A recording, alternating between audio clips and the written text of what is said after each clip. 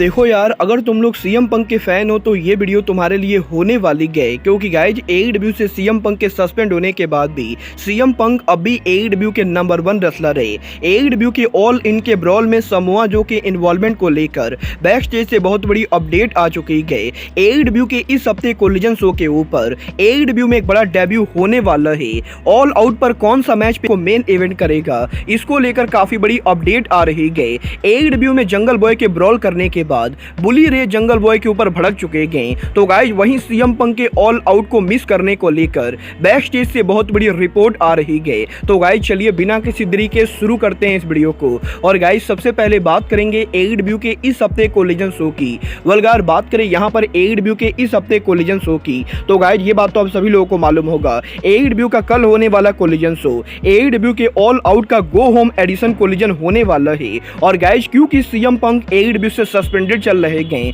तो गाइज इसीलिए अगर कल शिकागो में एडब्ल्यू के कोलिजन शो के ऊपर सीएम पंक शो पर अपीयर नहीं होते गए, तो गाइज शिकागो में क्राउड एडब्ल्यू को हैवी बुक करने वाली गए। और गाइज क्राउड के इसी रिएक्शन से बचने के लिए अब एडब्ल्यू कंपनी कल कोलिजन पर एक बड़ा डेब्यू कराने वाली गए, जो डेब्यू किसी प्रोफेशनल रेसलर का ना होके बल्कि NBA hall of famer Dennis Rodman का होने वाला है। वेल गाइज अगर आप लोग एनबीए के फैन हो तो आपको ये बात जरूर मालूम होगी कि डेनिस रोडमैन एनबीए के one of the most popular athlete है। और गाइज यहाँ पर करीबन आज से 20 साल पहले डब्ल्यूसीडब्ल्यू में अपीयर होने के बाद अब करीबन 20 सालों के बाद पहली बार रेसलिंग इंडस्ट्री के अंदर डेनिस रोडमैन उनका रिटर्न कर रहे गए। और गाइज कल यहाँ पर एडब्ल्यू के कोलिजन शो के ऊपर हमें यहाँ पर डेनिस रोडमैन एडब्ल्यू के कोलिजन पर देखने को मिलेंगे। वेल गाइज क्योंकि डेनिस रोडमैन पहले शिकागो बुल की तरफ से खेल चुके गए, तो गाइज इसीलिए कल एडब्ल्यू के कोलिजन शो के ऊपर डेनिस रोडमैन को क्राउड से काफी ज्यादा पौने वाला है। वेल गाइज अब ये तो कल कोलिजन को देखकर ही पता चलेगा कि डेनिस रोडमैन। चलिए फिलहाल आगे बढ़ते हैं और बात करते हैं एडब्ल्यू के ऑल इन ब्रॉल में समोआ जो के इन्वॉल्वमेंट की। वेल गाइज ये बात तो मैंने आप लोग को ऑलरेडी बता दी गई कि एडब्ल्यू के ऑल इन ब्रॉल के अंदर जंगल बॉय और सीएम पंक के बीच में ब्रॉल हुआ था। बट गाइज यहीं अब इस ब्रॉल की वजह से ऑल इन पेपर व्यू पर एडब्ल्यू कंपनी को मेजर प्रॉब्लम होने वाली थी। वेल गाइज एडब्ल्यू के बैक स्टेज से रिपोर्ट आ रही गई कि एडब्ल्यू के ऑल इन पेपर व्यू के लाइव जाने के पहले जब सीएम पंक और जंगल बॉय के बीच में ब्रॉल हुआ, तो गाइज सीएम पंक काफी ज्यादा अपसेट हो गए थे। और गाइज एक टाइम पर सीएम पंक ये भी कह रहे थे कि वो ऑल इन पेपर व्यू पर मैच को रेसल नहीं करेंगे, जिसके बाद कि टोनी खान काफी ज्यादा परेशान हो जाते गए। और गाइस टोनी खान यहां पर यंग बक्स और एफटीआर से ये पूछते गए कि क्या यंग बक्स और एफटीआर पेपर व्यू के ओपनिंग पर लड़ सकते गए, जिसके जवाब में यंग बक्स और एफटीआर ये कहते गए कि ये दोनों अभी मैच लड़ने के लिए तैयार नहीं गए। जिसके बाद कि केनी ओमेगा के पास टोनी खान जाते गए और guys Tony Khan Kenny Omega से ये पूछते गए कि क्या गोल्डन एलिट शो को ओपन कर सकती गए, जिसके जवाब में केनी ओमेगा ये कहते गए कि केनी ओमेगा वैसे तो शो के ओपन करने के लिए तैयार नहीं गए, बट गाइज अगर टोनी खान चाहते हैं तो केनी ओमेगा ये कर सकते गए। वेल गाइज यहाँ पर टोनी खान अभी बाकी रेसलर से बात कर ही रहे होते गए, तभी यहाँ पर समोआ जो को ये सारी बातें पता चलती गई। और गाइज इसके बाद Samoa Joe directly CM Punk के लॉकर रूम में जाते गए, यहाँ पर समोआ जो सीएम पंक को ये कहते गए कि सीएम पंक को पेपर व्यू के ओपनिंग पर लड़ना पड़ेगा। और गाइज अगर सीएम पंक ऐसा नहीं करते गए तो समोआ जो काफी ज्यादा नाराज होने वाले गए। और गाइज क्योंकि समोआ जो और सीएम पंक 20 साल पुराने दोस्त थे, तो गाइज इसीलिए समोआ जो के समझाने के बाद सीएम पंक एडब्ल्यू के ऑल इन पेपर व्यू के ओपनिंग पर रेसल करते गए। और गाइज यहां पर अब ये भी रिपोर्ट आ रही गई कि सीएम पंक और समोआ जो के मैच के ओवर होने के बाद समोआ जो ने एडब्ल्यू ऑल इन पेपर व्यू पर लॉकर रूम को लीड किया है, जहां पर समोआ जो ने ऑल इन के बैक स्टेज के ऊपर एडब्ल्यू के हर रेसलर को यह समझाने की कोशिश की गई कि वो ऑल इन पेपर व्यू पर उनके करियर का बेस्ट मैच दे, जिससे कि उनके मैचेस को लेकर सोशल मीडिया पर बात हो, ना कि एडब्ल्यू के ऑल इन के ब्रॉल के बारे में। और गाइज यहां पर एडब्ल्यू के ब्रॉल होने के बाद बैक स्टेज पर जो आदमी पूरे ऑल इन पेपर व्यू को लीड कर रहा था, वो आदमी और कोई नहीं बल्कि समोआ जो थे, जिन्होंने पर्सनली सीएम पंक को ऑल इन पेपर व्यू पर लड़ने के लिए बनाया। और गाइज यहां पर समोआ जो की वजह से टोनी खान को एडब्ल्यू ऑल इन पेपर व्यू पर प्रॉब्लम होने से बाल बच गए। गाइज ये तो बात है समोआ जो कि ऑल इन पेपर व्यू पर ब्रॉल में इन्वॉल्वमेंट की। बट गाइज जहां तक बात रही जंगल बॉय और सीएम पंक की, तो गाइज यहीं अब एडब्ल्यू के ऑल इन पेपर व्यू पर सीएम पंक और जंगल बॉय के इस ब्रॉल को लेकर इस हफ्ते डब्ल्यूडब्ल्यू हॉल ऑफ फेमर बुली रे ने बस्टेड रेडियो पर लेटेस्ट पॉडकास्ट में बात की गई, जहां पर बुली रे का ये कहना है कि बुली रे यहां पर सीएम पंक के साथ बहुत ज्यादा फेमिलियर है। और गाइज बुली रे को ये बात बढ़िया तरीके से मालूम है कि अगर सामने से कोई भी सीएम पंक के साथ छेड़खानी करेगा तो सीएम पंक उसे नहीं छोड़ने वाले गए। बट गाइज जहां जहां तक बात रही जंगल बॉय की, तो गाइज यहाँ पर बुली रे को ये लगता है कि AEW के ऑल इन पे पर व्यू पर ये जो पूरा तमाशा हुआ है इसका सबसे बड़ा रीजन जंगल बॉय के। और गाइज यहाँ पर बुली रे का तो ये तक कहना है कि अगर जंगल बॉय ने ये वाली हरकत एटीट्यूड एरा के अंदर की होती तो गाइज एटीट्यूड एरा में AEW के बैक स्टेज के मुकाबले WWE के बैक स्टेज के ऊपर जंगल बॉय को बुरी तरह से पीट दिया जाता, क्योंकि गाइज यहाँ पर बुली रे एटीट्यूड एरा के अंदर कंपीट कर चुके गए। और गाइज बुली रे ये बढ़िया से जानते गए कि एटीट्यूड एरा में अगर कोई नया रेसलर लेजेंडरी रेसलर के साथ बदतमीजी करता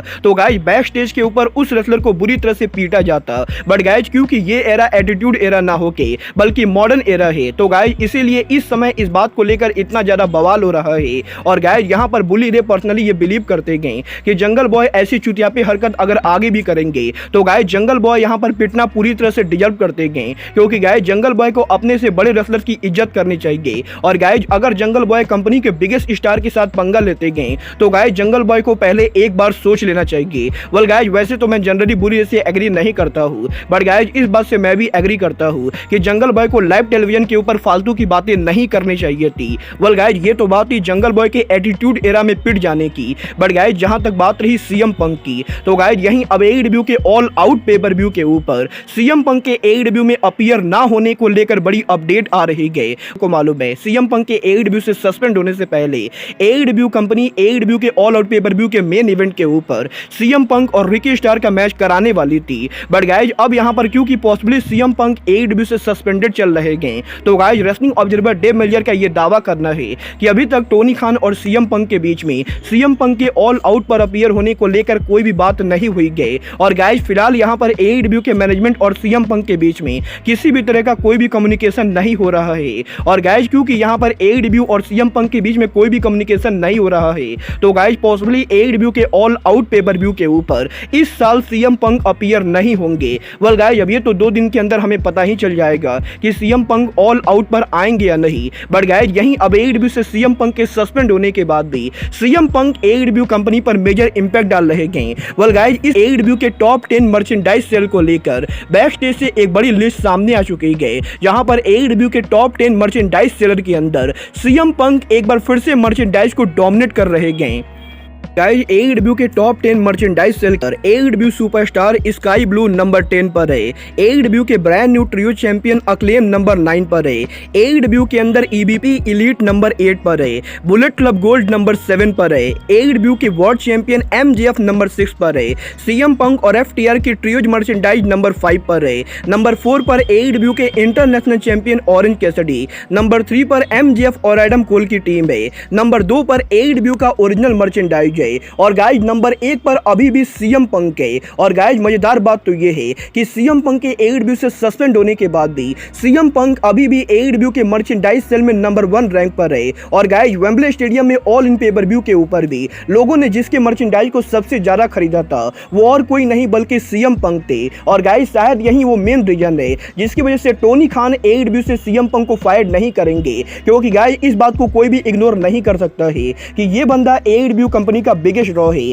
और गाइज अगर टोनी खान गलती से भी सीएम पंक को बाहर करते गए तो टोनी खान की कंपनी पर ये बैड इंपैक्ट डालने वाला है। वेल गाइज ये तो बात हुई AEW के टॉप 10 मर्चेंडाइज सेल की। बट गाइज चलिए अब आगे बढ़ते हैं और बात करते हैं ऑल आउट पे पर व्यू के मेन इवेंट की। वेल गाइज अब क्योंकि ये रूमर चल रही है कि सीएम पंक AEW के ऑल आउट पे पर व्यू पर अपीयर नहीं होंगे, तो गाइज यहीं अब AEW के ऑल आउट पे पर व्यू के पोटेंशियल मेन इवेंट को लेकर बैक स्टेज से बहुत बड़ी अपडेट आ चुकी है। वेल गाइज AEW के आज हुए कोलिजन शो के ऊपर AEW के कमेंटेटर एस कैलेवर ने इस चीज को कंफर्म कर दिया है कि AEW के ऑल आउट पे पर व्यू पर जो मैच AEW के ऑल आउट पे पर व्यू को मेन इवेंट करेगा वो मैच और कोई नहीं बल्कि AEW का इंटरनेशनल चैंपियनशिप होने वाला है। और गाइड यहां पर इस हफ्ते AEW के ऑल आउट के मेन इवेंट के ऊपर हमें शिकागो में John Moxley versus orange Cassidy AEW के ऑल आउट के मेन इवेंट के तौर पर देखने को मिलेगा। वेल गाइड यहां पर मैं ना तो ऑरेंज कैसिडी को बिल्कुल ही हेट करता हूं और ना ही मैं जॉन मॉक्सली को हेट करता हूं,